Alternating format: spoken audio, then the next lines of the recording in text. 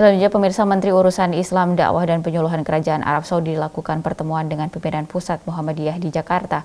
Pertemuan tersebut membahas sejumlah poin, salah satunya terkait umat Islam hingga pengembangan kerjasama yang akan dilakukan di bidang pendidikan dan dunia Islam.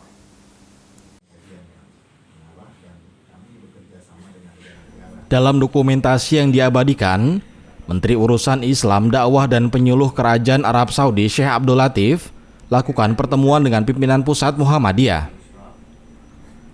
Pertemuan tersebut berlangsung di salah satu hotel di Jakarta. Pimpinan Pusat Muhammadiyah diwakilkan oleh Ketua Pimpinan Pusat Muhammadiyah Syafiq Mughni, Sekretaris Umum Pimpinan Pusat Muhammadiyah Abdul Muti, dan Ketua Biro Hubungan Luar Negeri dan Kerjasama Internasional Pimpinan Pusat Muhammadiyah Muhyiddin Junaidi.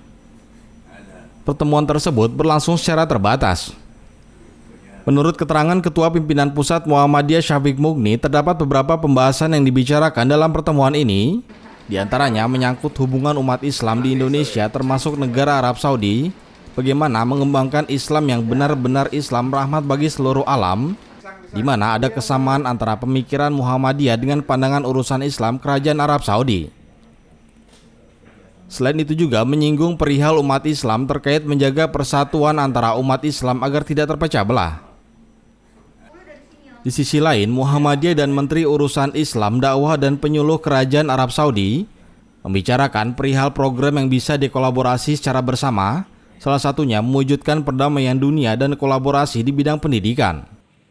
Banyak sekali menyinggung beberapa tema yang menyangkut kepentingan bersama antara umat Islam di Indonesia, kemudian umat Islam di negara lain, termasuk negara Saudi Arabia.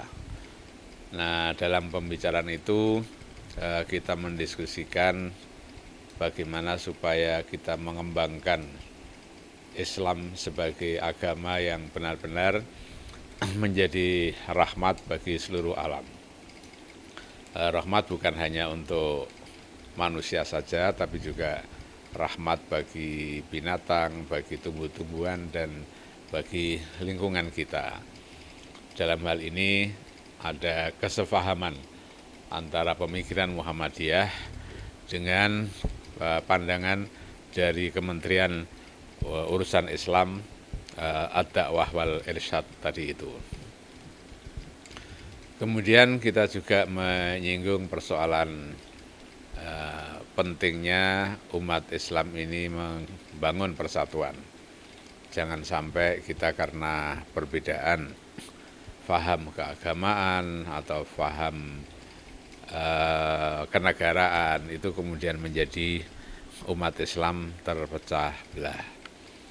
Kerjasama yang mungkin antara pemerintah Saudi Arabia melalui kementerian tersebut dan Persyarikatan Muhammadiyah.